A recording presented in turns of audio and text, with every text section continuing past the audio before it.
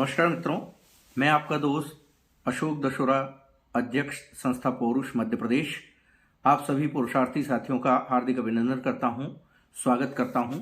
हमारे पौरुष हेल्पलाइन में आप सभी का स्वागत है। दोस्तों, आज हम बात कर रहे हैं भारतीय न्याय संहिता 2023 की नई धारा 69, जो कि पुरानी आईपीसी कही जाती है। इसमें जो उल्लेखित है नई धारा में, झांसे वाली रानियों की घोड़ी बनने की कहानी पार्ट 2 पर। देखिए, इस सब्जेक्ट पर हमारा जो पुराना वीडियो है, इसके पहले वाला, उसको भी आप ज्यादा से ज्यादा देखिए, लाइक कीजिए, शेयर कीजिए और पौरुष चैनल को ज्यादा से ज्यादा सब्सक्राइब कीजिए। तो दोस्तों, धारा 69 में मर्दों के खिलाफ जो कानून बनाया गया है, उस कानून के कितने खतरनाक दुष्परिणाम होंगे, ये आज हम आपको बताने के लिए जा रहे हैं। पहले तो ये कि झांसे की परिभाषा क्या होगी, झांसे का क्राइटेरिया क्या होगा, कैसे माना जाएगा कि झांसा दिया, यह भी कैसे तय होगा कि झांसा किसने किसको और कब दिया, ठीक है, और झांसे की परिभाषा क्या होगी, यह भी निश्चित करना पड़ेगा। खास बात यह है कि सिर्फ मर्द ही औरत को झांसा दे सकता है या औरतें भी मर्दों को झांसा दे रही है। वैसे देखा जाए तो पौराणिक काल से लेकर के आज तक झांसा तो सिर्फ और सिर्फ औरतें ही दे रही है। क्या बात है सर, क्या बात है सर, क्या बात, ये बात है। पौराणिक काल में महर्षि विश्वामित्र को मेनका के द्वारा दिया गया, भस्मासुर को विष्णु भगवान ने मोहिनी का अवतार लेकर के झांसा दिया, समुद्र मंथन जब किया गया और अमृत पान की जब बात आई, दोनों असुरों और अपने देवताओं में जो बीच में युद्ध और बहस चला, तो उसमें फिर भगवान विष्णु ने मोहिनी का रूप धारण किया और असुरों को झांसा दिया, पानी पिला दिया और देवताओं को अमृत दिया। आज के समय में अगर आपको देखा जाए तो मर्दों को जो कॉल सेंटर से मीठी मीठी आवाज आती है ना, या फ्रंट ऑफिस में बैठी हुई सुदर्शन महिलाएं, लड़कियां, वो बैंक, बीमा, पॉलिसी, मकान, दुकान, प्लाट, इन्वेस्टमेंट, इन सभी की मीठी मीठी बातें करके झांसा दे रही है, ये आप सभी को पता होगा। अब आप ये बताइए कि इन झांसा देने वाली घोड़ियों के द्वारा जो छल, प्रपंच, झूठ, परेफ, मिथ्या के द्वारा छला जा रहा है, यानी युगों युगों से स्त्री ही मर्दों को झांसा दे रही है, फिर ऐसी क्या बात है कि सरकार को यह बात समझ में नहीं आ रही है और सरकार यह कह रही है कि नहीं नहीं नहीं भाई, झांसा तो सिर्फ मर्द ही देता है।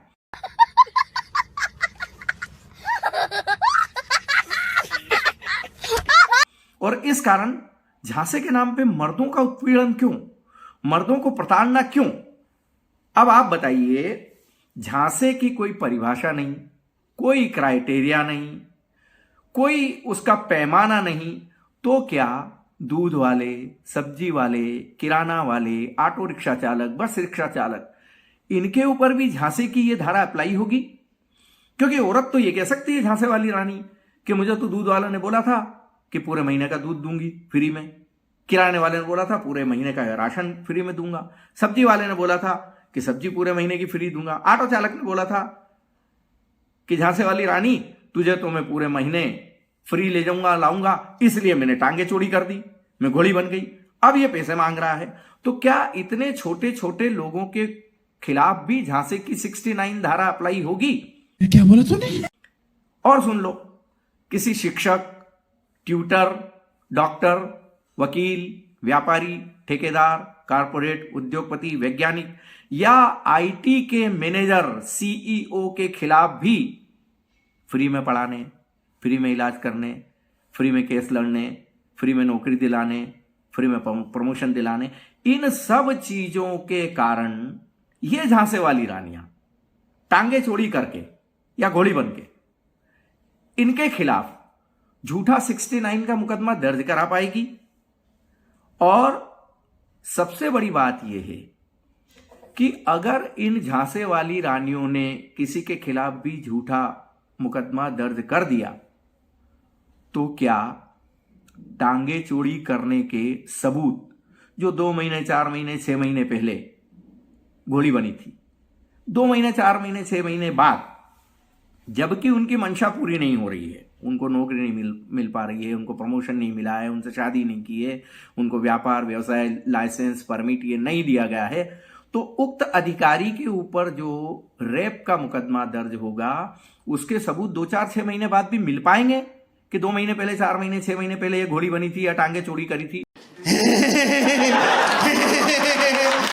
अब आगे और अपन चलते हैं तो हम पाएंगे कि क्या कलेक्टर, कमिश्नर, सेक्रेटरी, सैन्य अधिकारी, सिविल अधिकारी, सेंट्रल गवर्नमेंट के अधिकारी, स्टेट गवर्नमेंट के अधिकारी, आईटी सेक्टर के मैनेजर, सीईओ, इनके खिलाफ भी इनके अधीनस्थ काम करने वाली टांगे चोरी या घोड़ी बनने वाली महिला, उनको नौकरी, प्रमोशन, इंक्रीमेंट या अन्य अनड्यू एडवांटेज नहीं मिलने पर झांसी की रिपोर्ट दर्ज करा पाएगी, 69 सेक्शन अप्लाई होगा।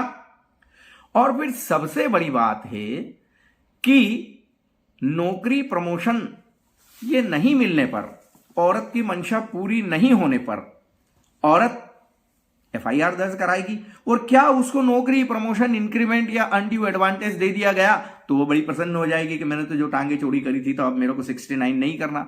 क्या आप इस तरह की, जब आप देख रहे हो कि 498A दहेज, घरेलू हिंसा, sexual harassment at work place, rape, छेड़छाड़, ये सभी प्रकार के मुकदमे चारों तरफ से, मर्द न हिंदुस्तान का घर में सुरक्षित है, न बाजार में सुरक्षित है, न कार्यस्थल पर सुरक्षित है, चारों तरफ उसका इंतजार कर रहा है, कहीं रेप, कहीं झूठा छेड़छाड़, कहीं दहेज, कहीं घरेलू हिंसा, ये सब कर रहे हैं, इतना मर रहे हैं, 1,58,000 से ज्यादा प्रतिवर्ष मर रहे हैं श्रीमान। अब ये टांगे चोरी करने वाले मुकदमे आप लेकर के आओगे तो मर्दों का कत्लेआम होगा, मरघट बन जाएगा, शमशान बन जाएगा पूरा देश। और सरकार का क्या, सरकार को तो टारगेट पूरा करना है, जनसंख्या नियंत्रण कर, मरेंगे सिर्फ मर्द ही। और एक बार पहले भी मैं बता चुका हूं कि बड़ा व्यक्ति, पावरफुल व्यक्ति, सांसद, मंत्री, नेता, बड़ा अफसर, ये सब तो माल देकर के छूट जाएंगे, इनके खिलाफ नहीं होगी। मरेगा वही कॉमन आदमी, वही मध्यम वर्गीय, गरीब या जो समर्थ नहीं है। आगे जब हम चलेंगे तो अभी ही डावरी प्रोविजन एक्ट 498A, घरेलू हिंसा जैसे जो मुकदमे हैं, वो लगभग 50,000 करोड़ से ज्यादा अवैध धंधा बना हुआ है। किनका? पुलिस का, छुटभैयन नेताओं का, खराब वकीलों का, बदमाश वकीलों का, न्यायकर्मियों का, और किसी हद तक तो जजों को भी रिश्वतखोरी में पैसा दिया जा रहा है। तो क्या ये झांसे वाला सेक्शन 69 अप्लाई करने के बाद पुलिस, बदमाश वकील, धंधेबाज, छुटभैयन नेता, जज, इन सब की अवैध कमाई, अवैध उगाई अरबों खरबों तक नहीं पहुंच जाएगी?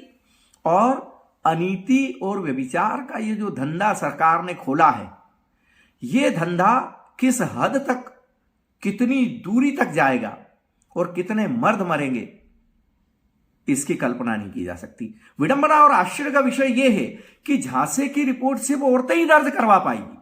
बड़ा आश्चर्य है इस कानून में, मर्द के द्वारा नहीं होगी। जबकि आप अगर ये देखो, कई केसेस हो रहे हैं जिसमें अधेड़ उम्र की बिन ब्याही शिक्षिकाएं 14, 15, 16, 17 साल के लड़कों को घर पे ट्यूशन के लिए बुलाती है और उनसे सेक्स करा रही है।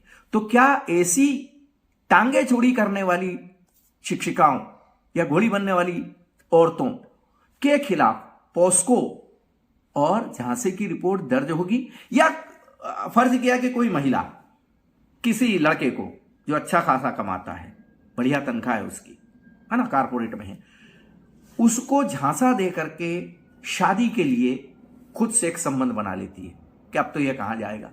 तो वो मर्द जब प्रताड़ित होगा, पीड़ित होगा, उसका यौन शोषण होगा, तो क्या मर्द किसी औरत के खिलाफ कि इसने मुझसे शादी करने के लिए झांसा दिया था और अब मेरे से ज्यादा मालदार आदमी मिल गया, इसको लड़का मिल गया और अब मुझसे नहीं कर रही है, तो क्या वो मर्द दर्ज करा पाएगा? नहीं करा पाएगा। क्यों? कि इसमें जेंडर बायस्ड एक पक्षीय कानून ही बनाया गया है औरत ही, अभी भी जितने कानून है 65 वो सभी जेंडर बायस एक पक्षीय हैं। वो कत्लेआम कर रहे हैं, पूरे राष्ट्र को उन्होंने रंडी खाना बना दिया है, वेश्यालय बना दिया है और पूरे देश को तहस नहस कर रहे हैं, परिवार नष्ट हो रहे हैं। अभी ये झांसे वाली 69 की कहानी जो है, औरतों को वेश्या, रंडी, धंधे वाली बाई बना देगा। और जो हमने कहा था ना 28 सितंबर 2018 को, जब दीपक मिश्रा नाम का एक लंपट चीफ जस्टिस ऑफ इंडिया, जो कि औरतों का दलाल है भड़वा, उसने आईपीसी स्त्री व्यभिचार की धारा आईपीसी 497 खत्म करते हुए कहा था कि स्त्री का शरीर अपना है, उसकी मर्जी, किसी से भी मरवाए। और आज की तारीख में औरतों के विवाहेतर संबंध, शादीशुदा औरतों के करोड़ों में हो गए, बहुत बुरी तरह से बढ़ गए। हम रोज अखबारों में देख रहे हैं, रोज सुन रहे हैं, हमारे पास हेल्पलाइन में आता है कि मेरी पत्नी दूसरे से लगी हुई और मुझे धोस दे रही है, मेरी 1 करोड़ की संपत्ति, 2 करोड़ की संपत्ति पे वो कर लिया और बोले तू कौन, तेरे साथ नहीं रहना। और वो बेचारा जाता है थाने पे तो भगा दिया जाता है, कोर्ट में जाता है तो भगा दिया जाता है, क्योंकि स्त्री व्यभिचार को खुली छूट दे दी गई है। अगर कोई विवाहित स्त्री, शादीशुदा स्त्री एक नहीं अनेक पुरुषों के साथ में कई बार अवैध संबंध बनाती है, चीफ जस्टिस ऑफ इंडिया की बीवी भी अगर अवैध संबंध बनाती है तो वो सिर्फ ताली बजा सकता है, आरती उतार सकता है या कचौरी समोसे और चाय की व्यवस्था कर सकते। ये कानून है मजाक है। कितने हद तक गिरोगे तुम लंपट अर्बन नक्सल जजों, शर्म नहीं आती तुमको? गजब बेइज्जती है। अब आगे चलते हैं अपन कि आप क्या चाहते हो। क्या इस पूरे देश को रंडी खाना बनाते चाहते हो? क्या आप औरतों को बेशर्म, बेहया, बदमाश, बदचलन, बेगैरत और लंपट बनाना चाहते हो, व्यभिचारी बनाना चाहते हो, अवैध संबंधों को जायज करना चाहते हो? इतनी ज्यादा हमदर्दी है मेरे श्रीमान सरकार साहब और जजेस साहब, तो आप वेश्यावृत्ति को लीगलाइज कर दो, औरतों की छिनाली को कानूनी जामा पहना दो, कोई दिक्कत नहीं है। ये जो बेचारे मर रहे हैं, मरेंगे नहीं, पैसा देंगे और उनसे करेंगे जो भी कुछ करना है, संबंध बनाएंगे और हट जाएंगे। विदेशों में यही हो रहा है। आप चाहो तो इसको थाईलैंड बना दो, कौन मना कर रहा है? आपको औरत के दम पर ही अगर कमाना है, जीडीपी में तो पुरुषों का योगदान है 95%, इनकम टैक्स 95 जो है परसेंट वो पुरुष दे रहा है, 97% जीएसटी पुरुष दे रहा है, लेकिन आप औरत को झुंझुना पकड़ा के और औरत के वो कर रहे हो। अब आश्चर्य का विषय ये है कि जब निर्भया इंडस्ट्रीज ऑफ रेप खुला निर्भया कांड के बाद, और निर्भया इंस्टीट्यूट ऑफ रेप खुला, तो उसमें प्रशिक्षित होने वाली कॉलेज गोइंग लड़कियां या जवान लड़कियां और अधेड़ औरतें इसका फायदा लेकर के रेप के झूठे मुकदमे दर्ज करा के अरबों खरबों और मोटी रकम वसूल रही है। सबको मालूम है, सब जानते हैं। तो ये निर्भया इंस्टीट्यूट ऑफ रेप और निर्भया इंडस्ट्रीज ऑफ रेप का जो धंधा चला है, उसके बाद में झांसे वाला एक और उद्योग आप स्थापित कर रहे हो। तो झांसे का उद्योग और आप चालू करने के लिए जा रहे हो। अब सबसे बड़ी बात यह है कि इस देश का मुर्दा समाज, जो कि वाहन चालक के फरार होने की धारा 104(2) में 10 साल की सजा होने पर पूरे देश को चक्का जाम कर दिया, पूरा देश बंद कर दिया, लेकिन मुर्दों, बेईमानों, लंपटों, जिस धारा में तेरा बेटा, तेरा भांजा, तेरा भतीजा, तू खुद, तेरा भाई, सब का कत्लेआम होगा, उसके लिए नहीं जग रहे हो, उसके लिए सोए पड़े हो, मुर्दे हो, कत्लेआम पर मौन हो।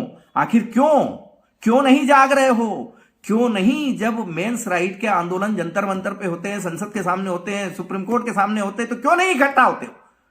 बाद में हमें फोन करते हो, साहब मेरे साथ ये हो गया। अकेले तो मरते रहोगे, सिर्फ पीटते रहोगे, जिंदगी भर कानून, आप कोर्ट की कार्रवाई करते रहोगे। लेकिन जब आह्वान होता है जंतर मंतर पर 2 अक्टूबर को, और भी साल में 4-5 बार, तब आप घर में पड़े रहते हो और बोलते हैं हमें मालूम नहीं। अरे मुर्दे हो तुम, कहां से मालूम पड़ेगा? जिंदा होगे तो मालूम पड़ेगा। तो क्यों नहीं आते हो आप? ये बड़ी अच्छी बात कही आप। और आखिर में दोस्तों, मैं ये कहना चाहूंगा, आज की इस परिस्थिति में मैं सच कहूंगा तो भी हार जाऊंगा, और वो झूठ बोलेगी और फिर भी सबको बेजुबान कर देगी। यही है धारा 69। आज के इस वीडियो में इतना ही। आपका दोस्त अशोक दशोरा आपसे इजाजत चाहता है। नमस्कार, जय हिंद, जय भारत, वंदे मातरम।